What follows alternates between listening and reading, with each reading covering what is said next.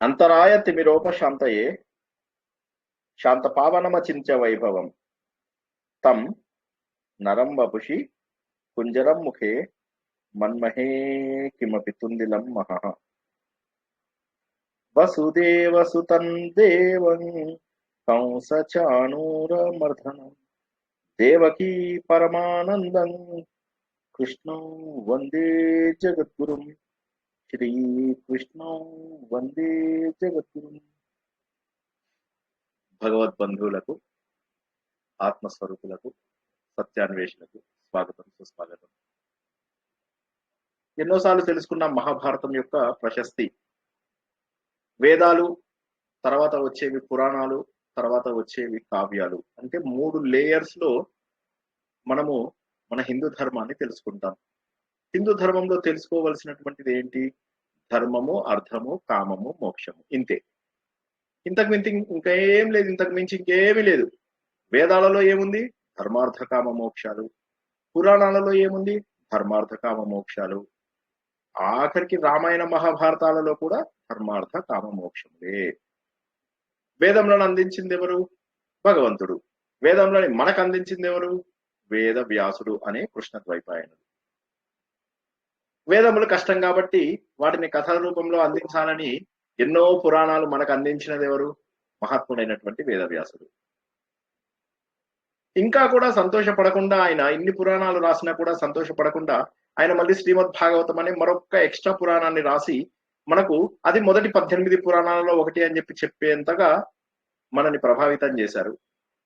తర్వాత ఇక వీటన్నిటికంటే కూడా గొప్పది, వేదం కంటే కూడా గొప్పది, మన కాలానికి ఉపయోగపడేటటువంటిది. ఇక్కడ చివరి మాట బాగా గుర్తుంచుకోండి. మన కాలానికి ఉపయోగపడాలి. ఎప్పుడో ఉంటే మనకేం లాభము?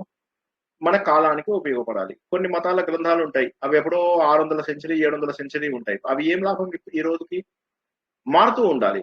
దేశకాల పరిస్థితులను బట్టి మారుతూ ఉండాలి. అదృష్టవశాత్తు మనకేమైందంటే ఈ మహాభారతం అనేటటువంటిది కాస్త, అంటే మరి ఇదేమి కొత్తదేం కాదు, 5000 సంవత్సరాల కిందది. కాకపోతే కాలానుగుణంగా ధర్మం ఎలా మారుతుంది అనే విషయాన్ని ఇందులో చెప్పడం వల్ల అందులో ఉన్నదే ఫైనల్ గా కాకుండా మనము తర్వాత కూడా ఎన్నో విషయాలని మనకు అనుగుణంగా మార్చుకునేలాగా జరిగింది. స్మృతులు కూడా అంతే. ఎప్పుడో తెలుసుకున్నటువంటి స్మృతులు కాలానుగుణంగా మన కోసం మారుతూ వస్తున్నాయి. మన స్మృతి ఈ రోజు అప్లికేబుల్ కూడా కాదు. అసలు మనం ఎలా రాశాడో కూడా తెలియదు. ఆ గ్రంథం మీద ఎన్నో రకాల అభాండాలు, ఎన్నో రకాల అపోహలు మనకు కల్పిస్తూ ఉంటాయి. కాబట్టి ఎందుకు వచ్చినది వీటన్నిటి బదులు అసలు ధర్మాన్ని తెలుసుకోవాలి. మనము ధర్మము, అర్థము, కామము, మోక్షము ఎలా సాధించాలి, ఎట్టి పరిస్థితులలో కూడా ధర్మంను వదలనటువంటి పరిస్థితికి వెళ్ళాలి అనే విషయాలను తెలియజేసినటువంటిదే మహాభారతము. అరణ్యానికి వచ్చారు, చాలా బాధపడుతున్నారు వీళ్ళు. కామ్యక వనంలో ఉన్నారు, ఎంతో బాధపడుతున్నారు. ముందుగా వీళ్ళని చూడడానికి విదురుడు వచ్చాడు అని చెప్పేసి తెలుసుకున్నాము. ఆయన వచ్చాడు ఎందుకు? ఆయనకి ధృతరాష్ట్ర మహారాజుతో చిన్న వాగ్వివాదం అవడం వల్ల ఆయన చెప్పాడు, బాబు నీ కుమారుడిని సర్ది చెప్పుకో. ఇద్దరు కూడా మంచి వారే, మహోన్నతులు అయినటువంటి వారు. ధర్మరాజు ఆయన పిల్లలు మహోన్నతులు, వారిని తెచ్చుకో అని. దానివల్ల ఆయనకు కోపం వచ్చి మళ్ళీ అడగడం ఎందుకు? అలాంటప్పుడు కోపం వచ్చేటప్పుడు అడగడం ఎందుకు? ఆయన మాట మారదు అని చెప్పి తెలిసినప్పుడు అడగడం ఎందుకు? ధర్మమే పలుకుతాడు తమ్ముడు అని చెప్పినప్పుడు అడగడం ఎందుకు? విదురుణ్ణి వెళ్ళగొట్టేస్తాడు, దేశ బహిష్కారం. మళ్ళీ విదురుడు వెళ్ళిన తర్వాత బాధపడతాడు. విదురుడు వెళ్తాడు, ధర్మరాజు వాళ్ళతో ఉంటాడు, సంతోషంగా ఉంటాడు. ఈ సమయం లోపల మళ్ళీ వెనక్కి పిలిపిస్తాడు సంజయుడి ద్వారా. ఇదిగో మీ అన్నగారు ఆరోగ్యం పాడైందయ్యా, నువ్వు రావాలి, నువ్వు రావాలి, నువ్వు రావాలి అని. పాపం మళ్ళీ వెనక్కి వెళ్ళిపోతాడు విదురుడు. విదురుడు వెళ్ళిపోయిన తర్వాత ఇంకా వీళ్ళు మళ్ళీ లోకల్ గా ఉన్నటువంటి బ్రాహ్మణులు వీళ్ళందరితోటి కూడా వీళ్ళు సమయాన్ని గడుపుతున్నారు. మరి బ్రాహ్మణులందరికీ భోజనం ఎలా ఏర్పాటు చేయాలి అంటే సూర్యుడి యొక్క వరం ద్వారా అక్షయ పాత్ర లభించడం జరిగింది. అప్పుడు ఆయన శౌనకుడు అనేటటువంటి బ్రాహ్మణుడి దగ్గర ఎన్నో గొప్ప విషయాలు విన్నాడు అన్న విషయాన్ని మనం తెలుసుకున్నాం. ఆయన మహోన్నతమైనటువంటి విషయాలను ఈయనకి అందజేయడం జరిగింది అనమాట. బ్రాహ్మణ ధర్మాలు, క్షత్రియ ధర్మాలు, వీటన్నిటి గురించి. ధర్మరాజుకి స్వతహాగా ఇవన్నీ వినడం ఇష్టం కాబట్టి ఆయన కూడా చాలా సంతోషంగా విన్నారు. సరే, కొన్ని రోజుల తర్వాత అప్పుడు శ్రీకృష్ణుడు వస్తాడు. సుమారుగా 9-10 నెలల తర్వాత శ్రీకృష్ణుడు వస్తాడు. ఆయనను చూసిన తర్వాత ఇక వీళ్ళందరూ వాళ్ళ గోడు వెళ్ళగొట్టుకుంటూ ఉంటారు. ఎన్ని కష్టాలు వచ్చాయో అవన్నీ కూడా చెప్పుకుంటూ ఉంటారు. ఈ మధ్యలోనే ఏమవుతుంది, ఆ దుష్ట చతుష్టయము ఇదే సమయము వీళ్ళ దగ్గర ఆయుధాలు అవి కూడా లేవు, వీళ్ళందరి దగ్గరికి వెళ్ళి వీళ్ళని వధిద్దాము అని వాళ్ళు బయలుదేరుతారు. అప్పుడు వాళ్ళని వేదవ్యాసుడు ఆపి, విదురుడు కూడా ఆపి చెప్తాడు, తప్పు మీరు చేస్తున్నది, వెళ్ళవద్దు అని చెప్పి బలవంతంగా వారిస్తే అప్పుడు వాళ్ళు వెనక్కి ఉండిపోతారు అన్నమాట. సో ఇంత కథ జరిగింది. ఇక్కడ ఏది ఏమైతేనేంటి శ్రీకృష్ణ పరమాత్మ వీరి దగ్గరికి రావడము, వీరందరూ గోడు వెళ్ళబెట్టుకోవడము.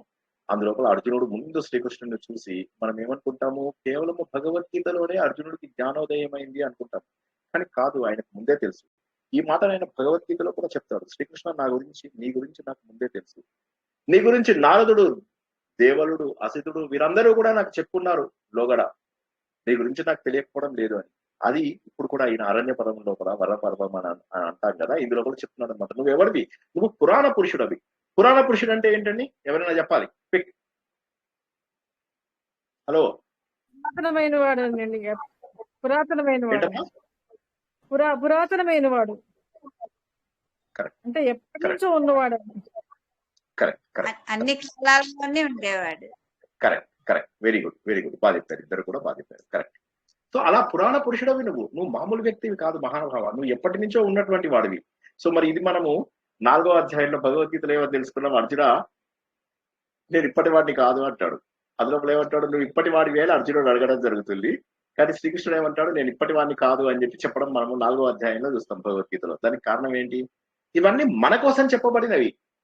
అర్జునుడు ఈ అజ్ఞానాన్ని పోగొట్టే రూపం లోపల మన అజ్ఞానాన్ని పోగొట్టడానికి భగవద్గీత లోపల ఇటువంటి మహోన్నతమైనటువంటి విషయాలు తెలియడం జరిగింది. ఆయన చెప్తాడు, నువ్వు ఎవరు అనుకుంటున్నావు? గంధమాదన పర్వతం మీద 10,000 సంవత్సరాలు, పుష్కరంలో 11,000 సంవత్సరాలు, ప్రభాస తీర్థంలో కొన్ని వేల సంవత్సరాలు, బద్రీ లోపల నరనారాయణ రూపం లోపల 1000 సంవత్సరాలు తపస్సు చేసావు, సరస్వతి తీరం లోపల ఇంకా 12 ఏళ్ల పాటు నువ్వు తపస్సు చేసినటువంటి వాడివి అన్నాడు. ఇవన్నీ ఒక జన్మలో శ్రీకృష్ణుడు బతికినటువంటి 125, 130 ఏళ్లలో జరిగినవి కావు కదా ఇవన్నీ. దితి కుమారులని, ధనువు, దితి అంటే దైత్యులు, రాక్షసులు, దానవులు అన్నా కూడా రాక్షసులే, ధనువు, వాళ్ళందరినీ కూడా సంహరించి ఇంద్రుడికి, దేవతలకు నువ్వు ఎంతో మంచి చేసినటువంటి వాడివి. కాబట్టి ఇవన్నీ చేసినటువంటి లోక కంటకులైనటువంటి వాళ్ళందరినీ అప్పటి నుంచే చంపడం మొదలైంది. ఇప్పుడు మా టైం తీసుకో శ్రీకృష్ణ, మా టైం లోపల ఎంతమంది రాక్షసులను వధించావు. ముఖ్యంగా శిశుపాలుడు, కంసుడు, ఇటువంటి వారందరినీ వధించావు. నువ్వు మహానుభావుడవి. నువ్వు అవతార మూర్తివి అని చెప్పడానికి ఇంతకంటే నీకేం కావాలి? కామ, క్రోధ, లోభ, మోహ, మద, మాత్సర్యాలు ఏవైతే ఉన్నాయో అవి నీ దగ్గరికి రావు కదా మహానుభావ అంటే. అప్పుడు శ్రీకృష్ణుడు అంటాడు, ఎందుకయ్యా ఇవన్నీ చెప్తున్నావు? నువ్వు నేను ఒక్కటి కాదా? భగవంతుడి స్వరూపాన్ని మనము ప్రతి గ్రంథంలో చదువుకోవాలి. మనం ఏమనుకున్నామో రూపంతో ప్రారంభించుకుని, ఆ రూపం అనేటటువంటిది మన అదృష్టం. రూపంతో భగవంతుని పూజించగలగడం మన అదృష్టం. అలా క్రమ పద్ధతి లోపల రూపంతో ఉన్న భగవంతుణ్ణి సర్వత్రా వ్యాప్తి చెందినటువంటి పురుషుడుగా భావిస్తూ మన లోపల స్థాపితం చేసుకుంటూ ధ్యాన రూపంలో మనము భగవంతుడిలో అంకితం అవ్వాలి. ఇది మన కోరిక. ఈ పాయింట్ అర్థం కాని వాళ్ళు అడగండి ఒకసారి. ఇప్పుడు నేను చెప్పిన పాయింట్ అర్థం కాని వాళ్ళు అడగండి ప్లీజ్. హలో, జై శ్రీకృష్ణ సార్, మరొకసారి చెప్పండి సార్, మరొకసారి చెప్తారా సార్? అది వెరీ గుడ్. ఇప్పుడు నేనేమన్నానంటే, మనకు ఏది జరిగినప్పటికీ కూడా మనము భగవంతుణ్ణి నమ్మడం అనేటటువంటిది మానకూడదు. ఎన్ని కష్టములు వచ్చినప్పటికీ, ఎన్ని ఇబ్బందులు వచ్చినప్పటికీ కూడా మనము ధర్మమూర్తి అయినటువంటి భగవంతుణ్ణి ఎప్పుడు కూడా నమ్మకంలోంచి తీసేయకూడదు. దానికి కారణం ఏంటంటే, మనకు హిందూ ధర్మంలో అదృష్టవశాత్తు దేవతల రూపాలు మనకు కనిపించడం. అంటే ముందు రూపంతో ఒక్కసారి మ్యూట్ లో పెట్టేసుకోండి. రూపంతో ప్రారంభమైనటువంటి భగవంతుడి యొక్క దర్శనం మనము అలా దర్శనాన్ని కొనసాగిస్తూ అలా ప్రపంచమంతా వ్యాప్తి చెందినటువంటి ఆ పరమాత్మని మన హృదయంలో నిక్షిప్తం చేసుకుందాం. అప్పుడు మనలోనే ఉన్నటువంటి ఆ భగవంతుడిలో ఐక్యం అవడానికి ప్రయత్నం చేస్తాము. అంటే రూపంతో ప్రారంభమైనటువంటి, కోరికలతో ప్రారంభమైనటువంటి మన పూజలు మనను కోరికలు లేనటువంటి నిశ్చల స్థితికి చేరుకునేటటువంటి స్థానానికి వెళ్ళాలి. అది నిజమైనటువంటి హిందూ ధర్మము. హిందూ ధర్మంలో ముందు ధర్మము, తర్వాత అర్థము, తర్వాత కామము, తర్వాత మోక్షము. ఏ గ్రంథం తీసుకున్నా ఇదే అని చెప్పి మనం తెలుసుకున్నాం. కాబట్టి అటువంటి మహోన్నతమైనటువంటి విషయాలను తెలిపేటటువంటి ఈ మహాభారతం, సంపూర్ణ మహాభారతము మనం ఏమి సాధించాలి అనే విషయం తెలియజేస్తుంది. ఎవరికైనా అర్థం కాని వాళ్ళు ఒకసారి అడగండి. Thank you sir. జై శ్రీకృష్ణ.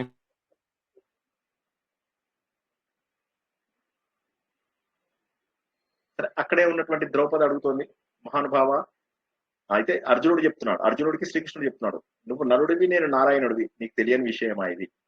మరి ఇద్దరికి తేడా ఏముందయ్యా, మనం ఒక్కటే కదా అని చెప్పేసి. అంటే ఈ విషయాన్ని మనము బాగా గుర్తుపెట్టుకోవాలి. ఎందుకోసం అంటే, చాలా సార్లు భగవంతుణ్ణి మనకు వేరుగా భావించడం అనేటటువంటిది చాలా తప్పు. సో భగవంతుడు మన అందరి లోపల వ్యాప్తి చెందినటువంటి వాడు అన్నటువంటి సత్యాన్ని కనుక మనం గుర్తించినట్లయితే సరిపోతుంది. సో ఇదే సమయం లోపల ద్రౌపది కృష్ణుని చూసి, నువ్వు యజ్ఞపురుషుడివి, సర్వవ్యాపివి, సజ్జనులందరికీ కూడా నువ్వే దిక్కు, నేను మహానుభావుడైనటువంటి చక్రవర్తి అయినటువంటి పాండురాజు యొక్క కోడల్ని, 5 మహాభర్తల యొక్క భార్యని, అటువంటి నన్ను నా జుట్టు పట్టుకొని దుశ్శాసనుడు లోపలికి లాక్కొచ్చాడు.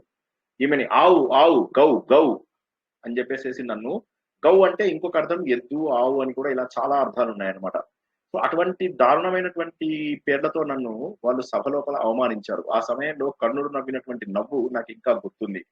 ఈ కౌరవులు ఎంత దుర్మార్గులు, భీముడికి విషం పెట్టారు, నీళ్ళలో పడేశారు, కట్టేశారు, పాములతో కర్పించారు, ఇన్ని రకాలు. ఇవన్నీ కాదు అనుకుంటే జూదమాడి ఆఖరికి మా రాజ్యాన్ని కూడా పోగొట్టుకున్నాము. పాండవులు శౌర్యాలు పోయి ఉన్నారు, కానీ మరి వాళ్ళు ఓకే, వాళ్ళకి శౌర్యం లేదు, వాళ్ళు అలా నిలబడిపోయారు, అలా అనామకుల్లాగా నిలబడ్డారు. మరి నా సంగతి ఏమిటి, నాకు జరిగిన అవమానాన్ని నేను భరించలేకుండా ఉన్నాను అని చెప్పి అప్పుడు శ్రీకృష్ణుడు అంటాడు, ఏమి భయపడకమ్మా, ఈ అర్జునుడి దెబ్బలకు భీముడి దెబ్బలకు మొత్తము ఆ సైన్యం అంతా కూడా చావడం ఖాయం, నువ్వు ఊరట చెందు అని చెప్పేసి చెప్తాడనమాట. తప్పకుండా అప్పుడు వీళ్ళందరూ కూడా అంటారు, మేము అందరినీ చంపుతాము, దుర్యోధన, దుశ్శాసన, కర్ణుడు, శకుని, దుర్యోధనుడు, మొత్తం 100 మందిని కూడా మేము చంపేస్తాము అని చెప్పేసి అంటారు అనమాట.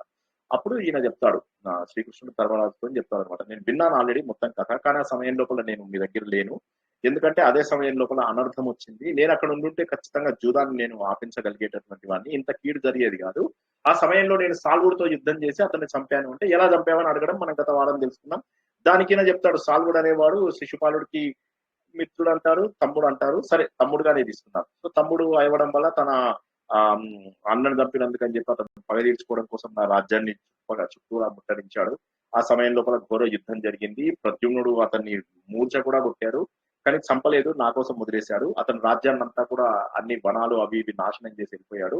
ఆ తర్వాత నేను వచ్చాను, అతన్ని చంపడానికి వెళ్ళాను. వెళ్ళిన తర్వాత అతను నా మీద చాలా మాయలవి కూడా ప్రయోగించాడు. ఆ మాయలన్నీ కూడా నేను దాటి చివరిగా అతన్ని నేను అతన్ని నా చక్రాయుధం ద్వారా నేను అతన్ని చంపేశాను, సాల్వుని సంహరించాను. ఇందులోపల కొంత టైం గడిచిపోయింది, అందువల్ల నేను సమయానికి రాలేకపోయాను అని చెప్పేసి చెప్పి వీళ్ళందరినీ ఊరడిస్తాడు. కుంతీదేవిని ఎస్పెషల్లీ, కుంతీదేవి మాట్లాడితే శ్రీకృష్ణుడి దగ్గర తన మొర వెళ్ళబెట్టుకుంటూ ఉంటుంది. ఆ సమయం లోపల అతను చెప్తారు, చివరికి తన చెల్లెలైనటువంటి సుభద్ర, అభిమన్యుడు వీళ్ళందరినీ కూడా తీసుకుని వెళ్ళిపోతాడు. దుష్టజుమ్నుడేమో ద్రౌపది కుమారుడు వాళ్ళు ఉంటారు కదా, వాళ్ళని కూడా తీసుకుని ఆయన వెళ్ళిపోతాడు. ఇక పాండవులు, ఇక మిగతా వాళ్ళందరూ కూడా వీళ్ళు మిగతా వాళ్ళందరితో వీళ్ళు అక్కడ అలా అక్కడక్కడే తిరుగుతూ ఉంటారు ఆ కామ్యక వనం లోపల. ఇక ద్వైత వనంకి వెళ్ళాలంతే.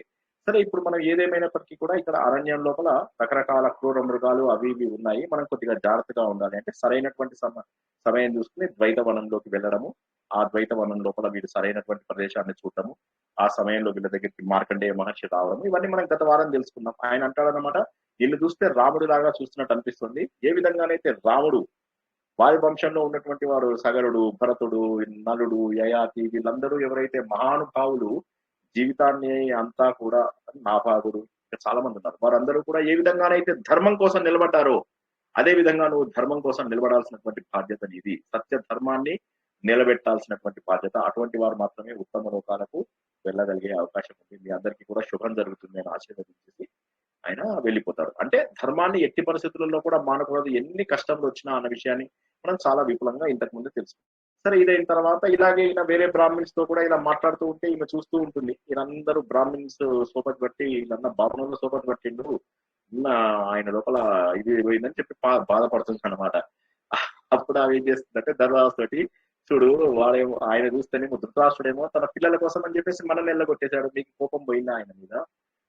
ఆయన హృదయం అయితే పాషాణం, ఆయన మిమ్మల్ని అనుభవించకుండా చేశాడు. మరి మేమందరము చూస్తుంటే ఎంత బాధ అనిపిస్తూ ఉంటుంది, నువ్వు రాజులాగా మహారాజులాగా ఎన్నో భోగాలు అనుభవించాల్సినటువంటి వాడివి, నీ పరిస్థితి చూస్తుంటే నాకు చాలా బాధగా ఉంది. బ్రహ్మదేవుడు కూడా మీకు శత్రువులు అయ్యాడా అనిపిస్తుంది నాకు ఒక్కొక్కసారి మిమ్మల్ని తలుచుకుంటుంటే. నీ తమ్ముళ్ళు నీ ఆజ్ఞ వల్ల వాళ్ళందరూ ఏమైంది, అలా పాపం అమాయకంగా కూర్చున్నారు, ఇలా కామ్గా కూర్చుని ఊరుకున్నారు. వాళ్ళు మీ పాదాలకు ఇట్లా తగిలితే వాళ్ళ కిరీటాల కాంతులతోని మీ ఎర్రబడ్డ కాళ్ళు ఏవైతే ఉంటాయో ఇవాళ మీరు రాళ్ల మీద నడుస్తుంటే అవి ఎర్రగా కనిపిస్తున్నాయి. అంటే ఇక్కడ చెప్పడం ఏంటంటే నువ్వు చాలా కష్టపడుతున్నావని చెప్పడానికి అవి ఏమంటుంది, వాళ్ళు ఆయన కాళ్ళు తలకాయ మీద పెడతారు కదా, పెట్టగానే ఏమవుతుంది, ఆ కిరీటం యొక్క రంగంతా ఆయన కాళ్ళ మీద పడితే ఎర్రగా. ఇప్పుడు అదేమి వాళ్ళు దండం పెట్టకుండా ఎర్రగా అయిపోతుంది. ఇంత దారుణము, ఎంతమంది బ్రాహ్మణులకు నువ్వు అన్నం పెట్టావు, ఎంత పుణ్యం చేసుకున్నావు, అటువంటిది ఏమిటి నీది ఇది? ఎంతో మహోన్నతుడైనటువంటి భీముడు కందమూలాలు చిక్కిపోయాడయ్యా. అర్జునుడు చూడు పాపం అడవి జంతువుల మధ్య పని పాట లేకుండా తిరుగుతున్నాడు. నీకు ఇదంతా కూడా చూసి ఓర్పు ఉండాలని ఎలా అనిపిస్తుంది ధర్మరాజా? నీకు ప్రహ్లాదుడి కథ కూడా మనం గత వారం తెలుసుకున్నాము. ఓర్పు కావాలా, లేకపోతే మనము శత్రువులని పరాక్రమం ఛేదించేటటువంటి శత్రువులను ఛేదించే పరాక్రమం కావాలా అనే విషయం లోపల ప్రహ్లాదుడు ఆయన యొక్క మనమడు బలి చక్రవర్తికి మధ్య సంఘటన కూడా జరిగింది. కాబట్టి ఏంటంటే ఓర్పు ఉన్నంత ఓర్పు కంటే కూడా పరాక్రమమే మంచిది. ఎందుకంటే ఓర్పు ఉంటే ఏమవుతుందంటే అవతల వాళ్ళు మనని టేక్ ఇట్ ఫర్ గ్రాంటెడ్ గా తీసుకుంటారు, కాబట్టి మనల్ని లోకుగా చేస్తారు. కాబట్టి ఎప్పుడు కూడా ఓర్పు అనేటటువంటిది కాదు, పరాక్రమం అనేటటువంటిది చూపించాలి. అప్పుడు ఈయన అంటాడు, అదే నువ్వు చెప్పింది నేను కాదనను ద్రౌపది, కాకపోతే ఏమవుతుందంటే కోపం లోపల మనం ఏం చేస్తామంటే కర్తవ్యాన్ని విస్మరిస్తాము. నువ్వు చెప్పినంత కరెక్టే, కోపము చంపరాని వాళ్ళని కూడా చంపితే అప్పుడు ఏమవుతుంది? అది ఇంకా ఇది కదా. క్షమ ఉన్నవాడు ఏంటంటే ఎల్లప్పుడూ వాడు లాంగ్ రన్ లోపల వాడు గెలుస్తాడు. కాబట్టి దుర్యోధనుడి లోపల ఈ క్షమించే గుణం లేదు. అతను ఎట్టి పరిస్థితి లోపల అతను పతనమై తీరాల్సిందే. అంటే కరెక్టే, నువ్వు క్షమాగుణం ఉంది, నీకు ధర్మం ఉంది. ఈ ధర్మంతో నువ్వేంటంటే నీ శత్రువులను కూడా సమంగా చూడగలుగుతున్నావు. వంచకులను వంచకులు రాగానే, మోసాన్ని మోసంతో, రక్తానికి రక్తమే, ప్రాణానికి ప్రాణమే, ముళ్ళుకు ముళ్ళే. నువ్వు ఎందుకు ఇలాగా ఇటువంటి దీంట్లోపల ఉన్నావు? వారి యొక్క అభ్యుదయానికి, వాళ్ళ యొక్క వెలుగుకి నువ్వు ఉపయోగపడుతున్నట్టుగా అనిపిస్తుంది. నువ్వు నీ ధర్మాన్ని నువ్వు విస్మరిస్తున్నావు అంటే అప్పుడు అంటాడు అనమాట, నువ్వు చాలా దైవ దూషణ ధర్మ దూషణ చేస్తున్నావు. ఏం మాట్లాడుతున్నావు నువ్వు? ధర్మాత్ముడైనటువంటి వ్యాసుడు, మార్కండేయుడు, నారదుడు వీళ్ళందరూ వచ్చి ఇక్కడికి వచ్చి నాతో ఎందుకు కబుర్లు చెప్తున్నారు? టైంపాస్ కాకనా వాళ్ళకి? ఎందుకండి ఎందుకు కబుర్లు చెప్తున్నారండి? ఎవరన్నా చెప్పండి. హలో, నిద్రపోయిన వాళ్ళు ఒక్క నిమిషం లేవాలి.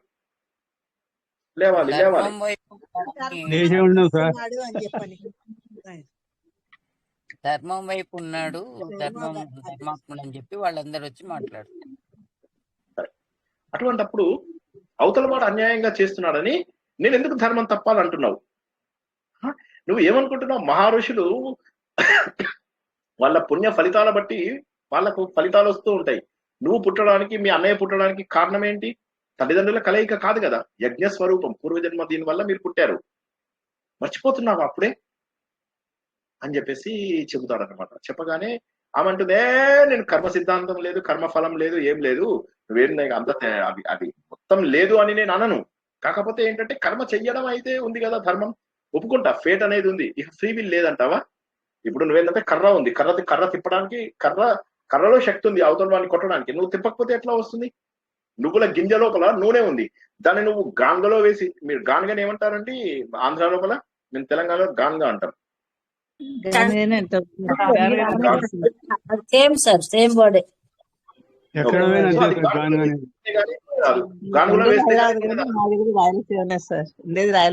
రాయలసీమ మాది, ఉండేది హైదరాబాద్. కానుగానే అంటారు. సో అయితే అలాగా నువ్వు మానవ ప్రయత్నం, ఇవన్నీ మనం గత వారం తెలుసుకున్నా. ఎందుకు చెప్పామంటే నాకు గత వారం సంతోషం అనిపించలేదని చెప్పాను కదా, అందుకోసం మళ్ళీ ఒకసారి రివిజన్ చేస్తాను అన్నాను, అందుకోసం చెప్తున్నాను. ఇవన్నీ గత వారం చెప్పినవే, అది క్విక్ గా ఇంకొక 5 నిమిషాల్లో చెప్పేసి మనము కొత్త పాఠానికి వెళ్ళిపోదాం. సో కాబట్టి ఏంటంటే నువ్వు పురుష ప్రయత్నం చేయకుండా ఎలా ఉంటావు మహానుభావ? పురుష ప్రయత్నం నీకు తప్పనిసరి కదా అని అంటుంది అనమాట. అంటే అతను అంటాడు, నిజమే, నేను చేయగలను, నా తమ్ముళ్ళ పరాక్రమం తెలుసు, నాకు లక్ష్యం అనేటటువంటిది ఉంది.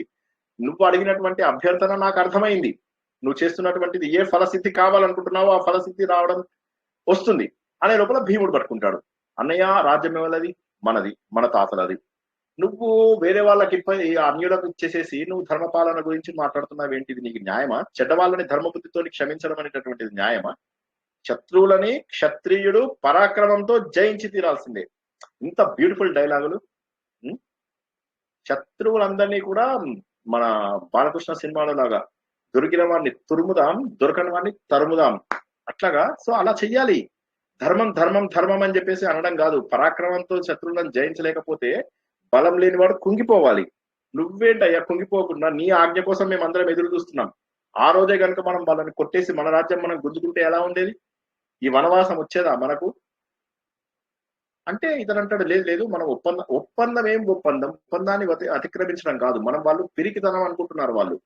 నువ్వు చేస్తున్నటువంటి మార్గము మన చుట్టాలందరి లోపల కూడా చెడ్డ పేరు తెస్తుంది. వీడేమనుకుంటాడు, వాడేమనుకుంటాడో ఒకసారి ఆలోచించు. సో మనం శత్రువులను కనుక జయించకపోతే ప్రజలు కూడా మనల్ని నమ్మరు. రేపు అందరూ కూడా వాళ్ళ వైపే వెళ్ళిపోయే అవకాశం ఉందా లేదా? కాబట్టి ఈ దాన ధర్మాలు, బ్రాహ్మణులను పూజించడము ఎంత క్షత్రియ ధర్మాలో, అదే విధంగా యుద్ధం లోపల శత్రువుని జయించడం కూడా అంత ధర్మాలు. చాలా బ్యూటిఫుల్ విషయాలు మనం తెలుసుకుంటున్నాము. అందుకే మహాభారతము మహోన్నతమైనటువంటిది. అందులోపల అరణ్య పర్వము మరీ మహోన్నతమైనటువంటిది. ఇదే మనకి ఇంకా 6 నెలలు పైన పడుతుంది. సో కాబట్టి ఏంటంటే మోసాన్ని మోసంతో జయిద్దాం అన్నయ్య, పద వెళ్ళిపోదాము.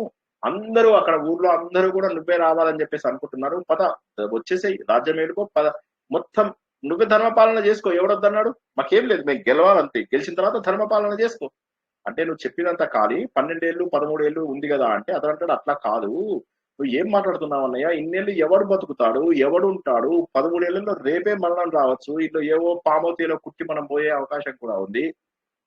ఎక్కడ 13 ఏళ్ళు మాట్లాడుతున్నావు నువ్వు? 13 ఏళ్ల లోపల నువ్వు ఈ జీవితం అంతా శాశ్వతం అని చెప్పేసి అనుకుంటున్నావా? అశాశ్వతం. శ్రీనివాస్ గారిని అడుగు, ఆయన ప్రతి ప్రవచనంలో చెప్తున్నాడు అశాశ్వతం అశాశ్వతం అని. భీముడు కూడా తెలిసిపోయింది. జరుగుతుందో ఈ క్షణం ఏం జరుగుతుందో తెలియదు అంటారు కదా సార్. కరెక్ట్ కరెక్ట్, అదే మాట అంటున్నాడు. ఆఖరికి మనం మాట్లాడుతున్నది భీముడు కూడా తెలిసిపోయింది. ఆయన కూడా చెప్పాడు. ఆయన శ్రీనివాస్ గారు ఏం చెప్తున్నాడు చూడు, అస్థిరం అని చెప్పేసి చెప్తున్నాడు. ఇదంతా కూడా అస్థిరం. మనం ఏమో దీన్ని సుస్థిరం అనుకుంటున్నాము. శరీరం అనేది పడిపోవాలి కదా. ఆ పడిపోయే లోపల మనం పగ తీర్చుకోకపోతే ఎట్లా అన్నయ్య? పగ తీర్చుకొని తీరాల్సిందే. అలా లేకపోతే మన జన్మ వృధా కాదా? శత్రువులకు ప్రతీకారం చేయాలని నేను చచ్చిపోతున్నాను అన్నయ్య, నా హృదయం అంతా కూడా తప్పించేస్తుంది అన్నయ్య, వీళ్ళందరినీ చూడన్నయ్య, వీళ్ళందరినీ చూడు అంటే చాలా. ఇంకా యాక్చువల్ గా చెప్పాలంటే నేను మొత్తం వర్ణన చేసుకుంటూ పోతే ఇంకా చాలా అవుతుంది అనమాట. ఇలాగ నువ్వు ద్రౌపది దుఃఖం తెచ్చకుండా ఉంటే ఇది ధర్మం, ఇది దయ అని అనుకుంటున్నావా నువ్వు? ఇలా కాలం గడపడం ఇదేమన్నా కరెక్ట్ అనుకుంటున్నావా నువ్వు? కాదన్నయ్య, మనం ఇందులోపల ఒక్క రోజులు కూడా మనము ఇక్కడ ఉండడానికి నాకు ఇంకా ఓపిక తగ్గిపోతుంది. ఇంకా నాకు ఒక్క క్షణం కూడా నాకు ఓపిక లేదు. నువ్వేమంటున్నావు? 12 ఏళ్ల తర్వాత మళ్ళీ 1 ఇయర్ అజ్ఞాతవాసం. సరే 12 ఏళ్ళు ఓకే, మరి 1 ఇయర్ ఎట్లా కాపాడుకుంటాం మనల్ని మనం? హిమ పర్వతాన్ని గడ్డిపోతలతో కాపాడగలమా? ఆపగలమా? సో కాబట్టి అప్పుడు మళ్ళీ మనము సైకిల్లో మళ్ళీ వెళ్ళమంటాం. ఈ గొడవలు వద్దన్నయ్యా.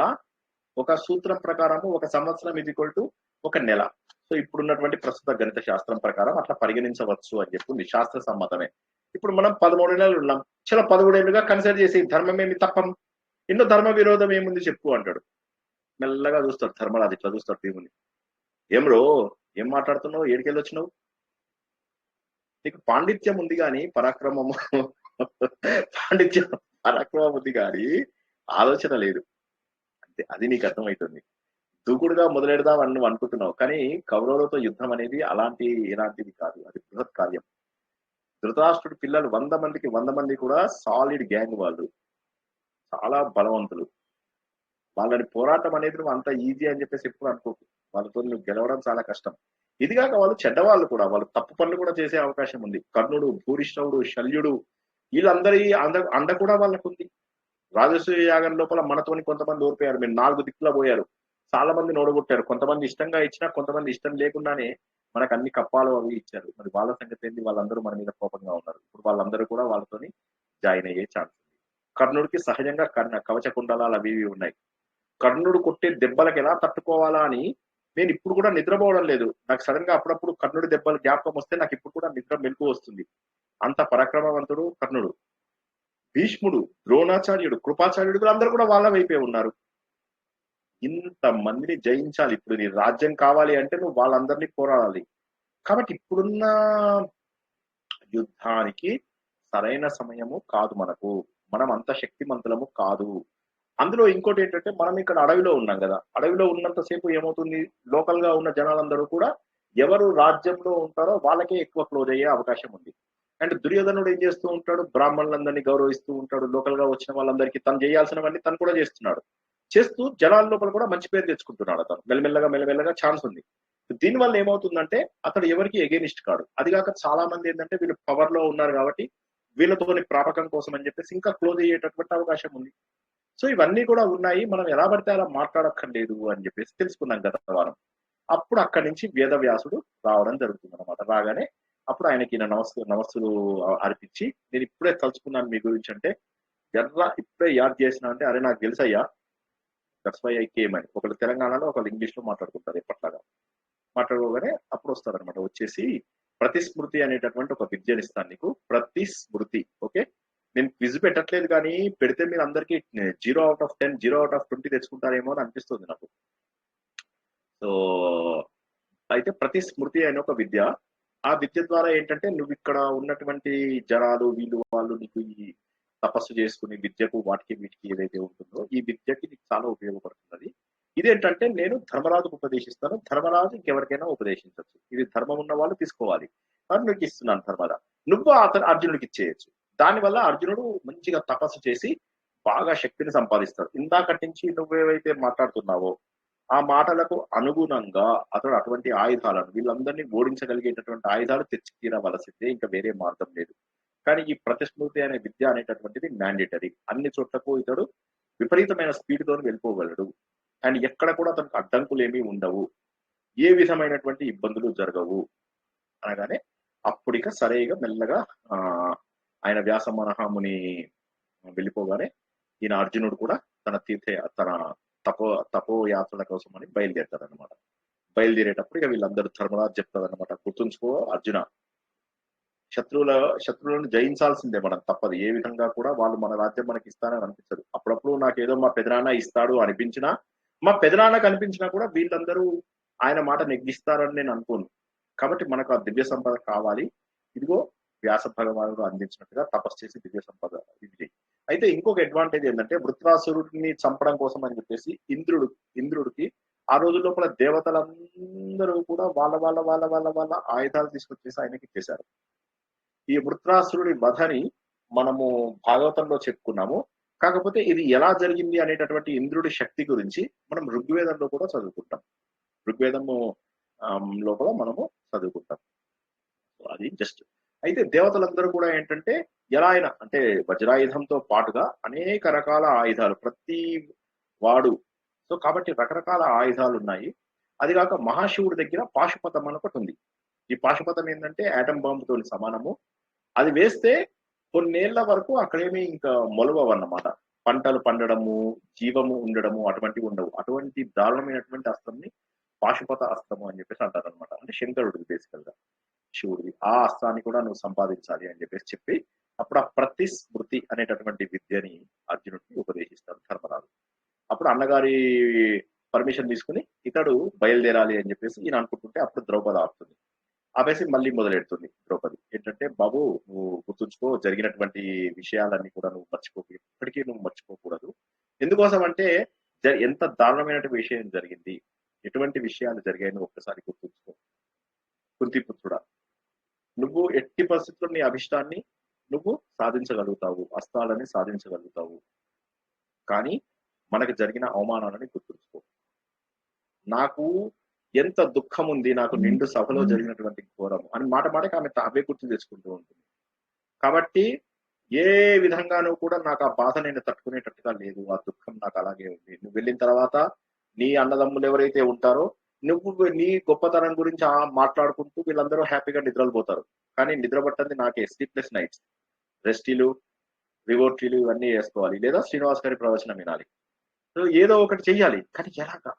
ఇన్ని రోజుల పాటు నువ్వు అక్కడ బయట ఉంటే మాకు నిజంగా చెప్పాలంటే ఈ జీవితం పట్ల కూడా ప్రీతి కలగదు. మా అందరినీ కూడా నువ్వు గుర్తుంచుకో.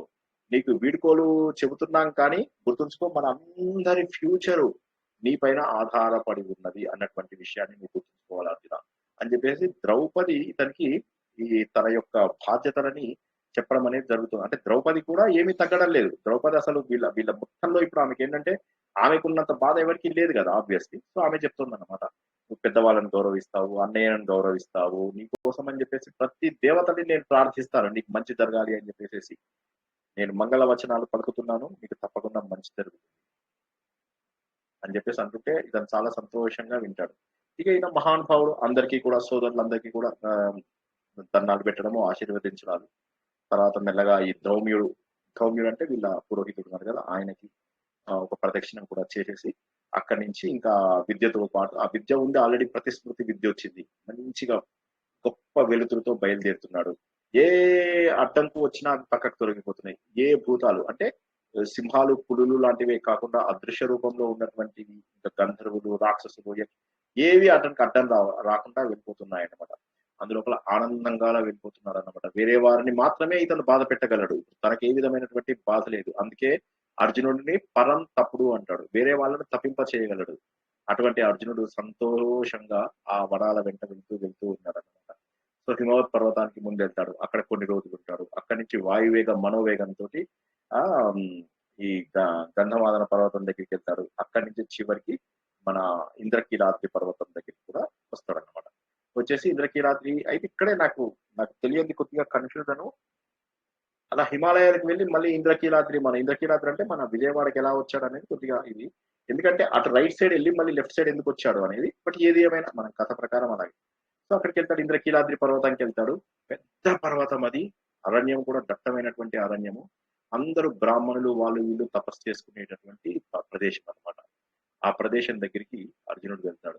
వెళ్ళి అక్కడ మొత్తం ఈ ఏమంటారు కవచము, చేతిలోపల గాంధీవము, ఇక్కడ తునీరాలు, అక్షయ తునీరాలు ఇవన్నీ ఉంటాయి కదా, అవన్నీ పెట్టుకుని తను వెళ్తూ ఉంటే ఆగు అని ఒక మాట వినిపిస్తుంది. ఏంటా అని చెప్పేసి చూస్తాడు. చూసాక అక్కడ ఏమైంది అని చెప్పేసి అప్పుడు అక్కడ ఒక తపస్వి కనిపిస్తాడు. ఏమైంది, నన్ను ఎవరు పిలిచారు అని తపస్వి కనిపిస్తాడు. ఏంటి అని అడిగితే అతను మంచిగా బ్రహ్మ ప్రకాశం కనిపిస్తూ ఉంటుంది, కానీ బాగా ముసలితనము కృషించినటువంటి వ్యక్తిలాగా కనిపిస్తూ ఉంటాడు అనమాట. మంచి జటాలు ధరించి కనిపిస్తూ ఉంటాడు అనమాట. అతను అంటాడు, నువ్వు ఇక్కడికి ఎలాంటి వేషంలో వచ్చావో తెలుసా, ఈ వేషాలు ఇవన్నీ కూడా ఇక్కడ పనికిరావు, ఎందుకంటే ఇక్కడ ఎక్కడా కూడా యుద్ధం జరగడం అనేటటువంటిది లేదు, ఇది ఒక ప్రశాంతమైనటువంటి వాతావరణం. నువ్వు వచ్చింది ఏంటంటే చూస్తుంటే ధనస్సుతోటి యుద్ధం చేయడానికి వచ్చినట్టుగా కనిపిస్తుంది నీ వేషధారణ చూస్తుంటే, కాబట్టి నీ ధనస్సులు అక్కడ పడేయి అంటాడు. ఇతను అంటాడు, ధనుస్సులు పడేయమంటే ఇతను ఎట్లా పడేస్తాడు, క్షత్రియుడు కదా. మళ్ళీ అంటాడు, నీకంటే శక్తివంతమైనటువంటి వాడు లేడు, నువ్వు పడేవయ్యా, ధనుసులు పడే ఏం కాదు, నువ్వు నిన్నెవడో వచ్చి కొడతాడని భయమా ఏంటి, ఎందుకు పడేయడం లేదు అని అంటాడు. నవ్వుతాడు అర్జునుడు కూడా. ఎట్టి పరిస్థితుల్లో కూడా ధనుస్సును మాత్రం వదలకుండా ఉంటాడు. అప్పుడు నవ్వుకుంటూ అతడు ఇంద్రుడు అన్నమాట ప్రత్యక్షమై ఏమిటి నీకేం కావాలి అంటాడు. అనగానే ఇతనికి చాలా సంతోషపడిపోతాడు. అతని అంశతోనే పుట్టాడు కదా, అప్పటికి అతనికి నమస్కారం చేస్తాడు. ఈ విధంగా చెప్తాడు అనమాట, నాకు సంపూర్ణంగా అస్త్రాలన్నీ కూడా నీ దగ్గర నుంచి తెలుసుకోవాలని ఉంది. ఈ విధంగా వ్యాస మహాముని యొక్క ఆజ్ఞ ద్వారా నేను ఇక్కడికి రావడం జరిగింది. అన్ని అస్త్రాలు నాకు కావాలి, అస్త్రాలు, వాటి ప్రయోగ శక్తులు, వాటిని ఎలా ఉపసంహరించుకోవాలి, ఇవన్నీ కూడా నాకు కావాలి అని. అప్పుడు అతను నవ్వుతాడు అనమాట, కరెక్టే కానీ నేను ఇంద్రుడిని కదా, నాతో పాటు వచ్చేసి హ్యాపీగా ఈ అస్త్రాలు ఇవన్నీ ఏంటి, ఏ లోకంకి వెళ్తావో చెప్పు, నువ్వు నాకు పుత్ర సమానుడివి కాబట్టి నేను ఎక్కడ ఏ లోకంలో డ్రాప్ చేయమంటే ఆ లోకంలో డ్రాప్ చేస్తా, ఎంజాయ్ చేసుకో. ఎందుకు ఇవన్నీ ఏం శాశ్వతం కాదు, బంధాలు ఇవన్నీ ఏమి శాశ్వతం కాదు, అన్నదమ్ముళ్ళు వీళ్ళందరూ ఏం శాశ్వతం కాదు, పలా నిన్ను అక్కడ తీసుకెళ్ళిపోయి అక్కడ ఇది చేస్తాను, నువ్వు హ్యాపీగా ఎంజాయ్ చేసుకో, ఇవన్నీ గొడవలన్నీ నీకు ఎందుకయ్యా. మనలాంటి వాళ్ళైతే మారిపోతారు, నిజమే కదా ఇప్పుడు ఈ గొడవలన్నీ ఎందుకు అని చెప్పేసి ఒప్పుకుంటారు. అయితే అర్జునుడు అంటాడు అనమాట, లేదు నేను ఈ కామంతోటో లోభంతోటో వాటి వల్ల ఇక్కడికి రాలేదు, నాకు ఈ సుఖాలు కావాలనుకునే వ్యక్తిని కాదు, నేను ఐశ్వర్యం కూడా కావాలి అనుకునేటువంటి వ్యక్తిని కాదు. అలా గనక నేను కోరుకుంటే నేను ఇలా ఇంత కష్టపడి ఇక్కడికి వచ్చి నా సోదరులందరినీ వదిలేసి అవన్నీ చేస్తూ నేను వాళ్ళందరినీ వదిలేసి సంతోషంగా ఉండలేను. అది కాక నేను అపకీర్తిని కూడా మూటగట్టుకున్న వాడిని అవుతాను కదా అనగానే అప్పుడు ఇంద్రుడు నవ్వుతాడు అనమాట. అదే నాకు చాలా సంతోషంగా ఉంది నువ్వు మాట్లాడుతుంటే, నువ్వు ఒక పని చెయ్యి, నీకు ముందు నేను ఆయుధాలు ఇవ్వడం అనేది అది డైరెక్ట్ గా ఇవ్వడం అనేది కుదరదు, నువ్వు ఒక పని చెయ్యి. ఫస్ట్ ఏంటంటే త్రిశూలధారి అయినటువంటి శివుడి యొక్క పర్మిషన్ తీసుకో, ఆయన యొక్క అర్హత, నువ్వు ఆయనను దర్శించగలిగితే చాలు, ఆయన దగ్గర ఏం పొందాల్సిన అవసరం లేదు, జస్ట్ దర్శించగలిగితే చాలు. నువ్వు ఆయనను కనుక చూడగలిగితే నీకు కావాల్సిన అస్త్రాలన్నీ ఇస్తాను, ఎందుకంటే నా దగ్గర ఉన్న అస్త్రాలన్నీ కూడా ఎంతో మంది ఇచ్చినటువంటి అస్త్రాలు, అవి నీకు నేను తప్పకుండా ఇస్తాను కుంతి కుమార, నువ్వు వరి అవ్వకు. అయితే మహానుభావుడు అయినటువంటి పరమేశ్వరుని దర్శించుకుంటే సకల కార్యసిద్ధి కూడా నీకు కలుగుతుంది, అది కాక నువ్వు ఆ తర్వాత స్వర్గానికి మళ్ళీ రావచ్చు, నువ్వు నీకేమీ బెంగలేదు అని చెప్పేసి అక్కడి నుంచి ఇంద్రుడు మాయమవుతాడు. ఓకే, ఒక్కసారి ఎవరికైనా ప్రశ్నలు ఉంటే అడిగితే నేను మళ్ళీ ముందుకెళ్తాను. హలో,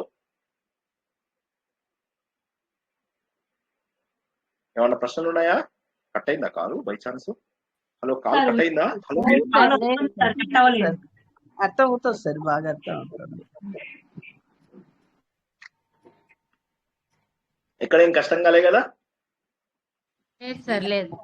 కొత్త వర్డ్ ఏదో మంచి చెప్పారు కదా సార్, అది అర్థం కంటిన్యూ. కాలేదు. ప్రతి ఏంటమ్మా? మీరు ప్రతి మనం అని ఏదో చెప్పారు చూడండి. ప్రతి స్మృతి, స్మృతి అంటే జ్ఞాపకం, ప్రతి స్మృతి. అది అర్థం కాలేదు, అందుకని మళ్ళీ అడిగాను. సరే, ఇంకా కూడా ఏమైనా ప్రశ్నలు ఉన్నాయా? అంటే శివుణ్ణి ఎందుకు ప్రత్యక్షం చేసుకోవాలనేది అర్థమైందా అందరికి? ఎవరైనా జవాబు చెప్పండి, మీరే చెప్పండి. ఇప్పుడు పరమేశ్వరుడు కదా అని చెప్పేసి, ఆయన పరమేశ్వరుడు, ఆయన అనుమతి తీసుకుంటే ఆయనే కదా అన్నిటికీ అంటాడు. ఇంకెవరన్నా చెప్పండి, మళ్ళీ ట్రై చేయండి సౌజన్య గారు. సరే, ఇంకెవరన్నా చెప్పండి. శివుడు ఇంకా నీకు అస్త్రాలు అవి ఇస్తాడు. శివుడి దర్శనం నీకు మేలు జరుగుతుంది. కరెక్ట్.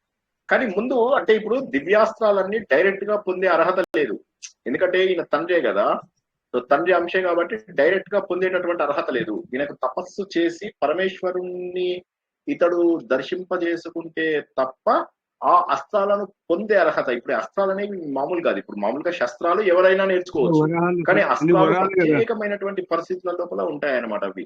కాబట్టి చాలా కష్టం. అన్ని వరాలే కదా సార్, వరాలే కదా అన్ని.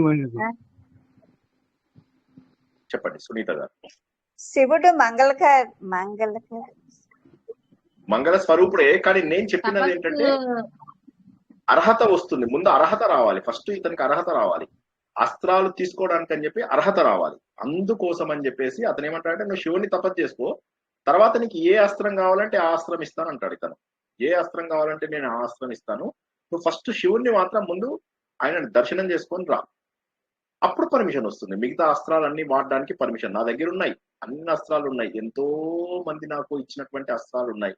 నేను వృత్రాసురుణ్ణి సంహరించడం కోసం అని చెప్పేసి నాకు వచ్చినటువంటి అస్త్రాలు చాలా ఉన్నాయి, అవన్నీ నీకు నేను ఇస్తాను తప్పకుండా. కాకపోతే అవి నీకు అందాలి అంటే ముందుగా పరమేశ్వరుడు గురించి నువ్వు తపస్సు చేయాలి అని అప్పుడు ఆయన అదృశ్యం అయిపోతాడని చెప్పి తెలుసుకున్నాం. ఓకేనా? అర్థమైందా మీకు పాయింట్? అక్కడ ముందు డైరెక్ట్ గా తను ఇచ్చేసేయచ్చు, ఇంద్రుడు తను అన్ని ఇచ్చేయచ్చు, కాకుండా అలా కాకుండా పరమేశ్వరుడు యొక్క దర్శనమే ఇతడికి అన్ని పాపములను పోగొట్టి ఇతన్ని అర్హుడను చేస్తుంది అస్త్ర ప్రయోగానికి.